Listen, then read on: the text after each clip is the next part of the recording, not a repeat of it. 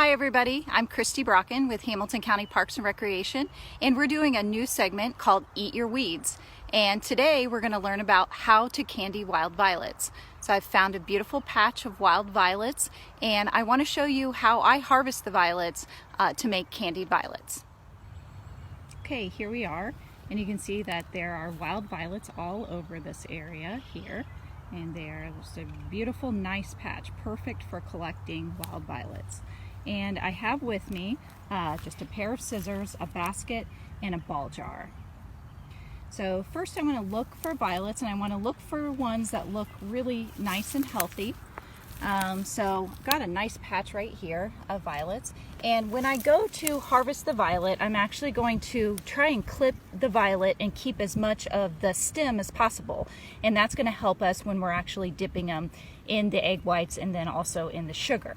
So that's what I'm going to do. I'm going to take the violet and I'm going to clip it, and then I'm going to collect enough to make a little assortment of candied violets.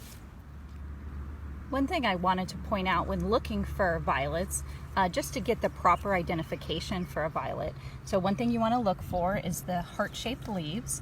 And you also want to make sure, this is very, very important, that you make sure that you have permission from the landowner that you can collect violets. Most of the time you can find these in your lawn or in your neighborhood, so if you give yourself permission, then that works too.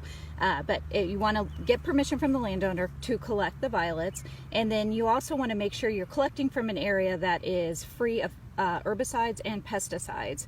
And that's important because you're going to be ingesting these, you're going to be candying these and eating these, so you want to make sure that you have the right identification, that you have permission to collect them, and that you are collecting from an area that's herbicide and pesticide free. All right, I think I harvested a good amount of violets, and I made sure to leave the stems really long, and that'll make it easier with the candying process. And I will then store them in the ball jar, and then I'll put them in the refrigerator. You can do this, I've only done it for overnight, so if you wanted to collect them one day and then store them in a ball jar in the refrigerator, should be fine if you wanted to candy them the next day. I don't know about how long you would have. You would just have to look at your violets, like if you weren't able to candy them the next day, to see if they were still good. All right, so here we are, and we are ready to make the candied violets.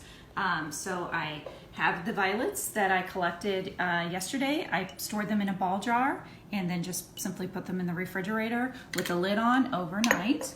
And then I went ahead and washed the violets. So you want to be sure to rinse your violets really well, and but also being very careful because they are very delicate. So you want to rinse them and clean them nicely, but you also want to be careful so that they don't break. I am going to use simple ingredients, egg whites and sugar, and this is just simply white sugar that you would buy at any grocery store. You can work on refining the sugar, so you can actually put white sugar in a food processor and make it even finer. I did not do that. This is just white sugar, just like you would buy it right from the grocery store. So the first thing we're going to do is we're going to take our violet and pick a nice one, and we are going to paint the egg white onto the violet. So we're going to do that. Paint the egg white onto here. And you kind of want to get it, you can get it on both sides. Kind of spread your violet out a little bit. And sometimes they're not always cooperative, and that's okay. They just still look really pretty. So you go ahead and then dip it in the sugar. And then go ahead and lay it on a drying rack, and then I just have a piece of wax paper underneath it. And we'll go ahead and do another one just so you guys can see it. Any paintbrush, like any clean paintbrush, will work. This paintbrush is a specific baking paintbrush, but that is certainly not necessary. This blue one is not. So any paintbrush that you have that is clean will work just fine. So go ahead and dip it in there, sugar. And then we'll set this out to dry here. And I had a few that I just did a minute ago, and I went ahead and clipped the stems off those, but once you're done, you're gonna wanna come back and you're gonna clip these stems off of your violets. And do that right here. All right, oops. Yeah.